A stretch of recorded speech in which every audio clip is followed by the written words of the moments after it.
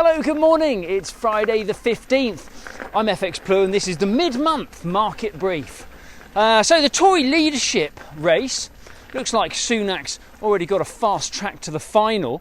The remaining ballot on Monday is expected to confirm that either Liz Truss or Penny Morduant will go head-to-head with Sunak in the final two.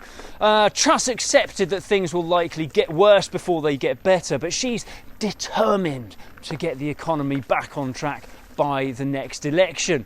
So it sounds like being determined is a vote winner these days. But what if I was even more determineder than Liz?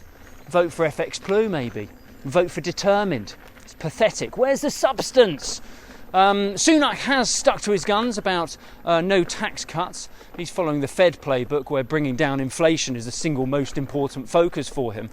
And it's still the summer holidays for the Bank of England, so the MPC doesn't meet again until early August. This will give them more inflation data to discuss, presumably when they're done comparing their tan lines and holiday hotspots. And of course, don't forget, the economy pulled off the near impossible and delivered a little bit of growth in May.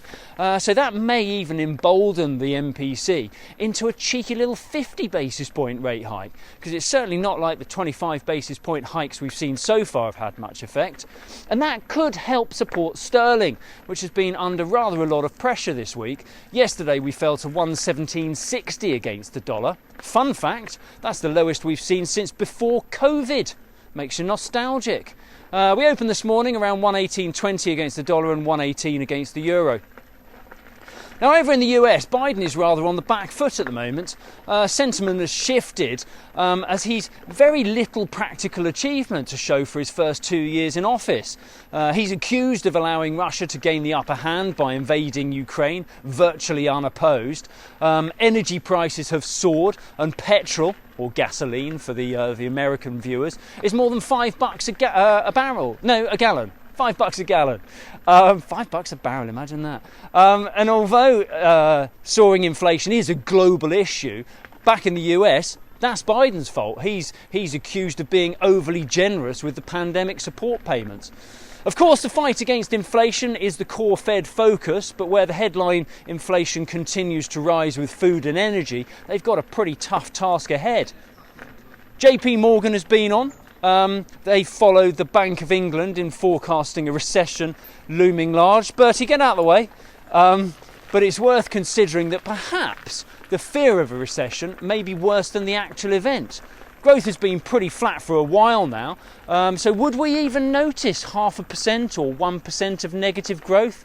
Well, we may find out before year end.